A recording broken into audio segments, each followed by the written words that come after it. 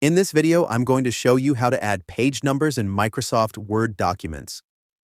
Open your document. I have taken this as an example. You can see that there are 5 pages in this document. To add a page number, in the top menu, click on Insert. Click on Page Number. You can add page numbers at the top of the page or the bottom of the page.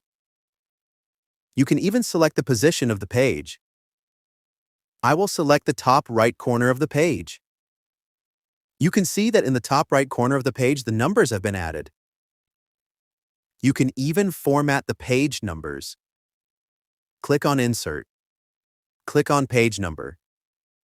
Click on Format Page Number. From here, you can change the number to alphabet or Roman signs. Let's pick a Roman sign. Click on OK. You can see here that my page number is now in Roman signs. Feel free to reach out if you encounter any issues during the process. If this video helps you out, please leave a like and subscribe. Comment below if you have any questions. If you need further assistance, consider hiring a professional using the link in this video below.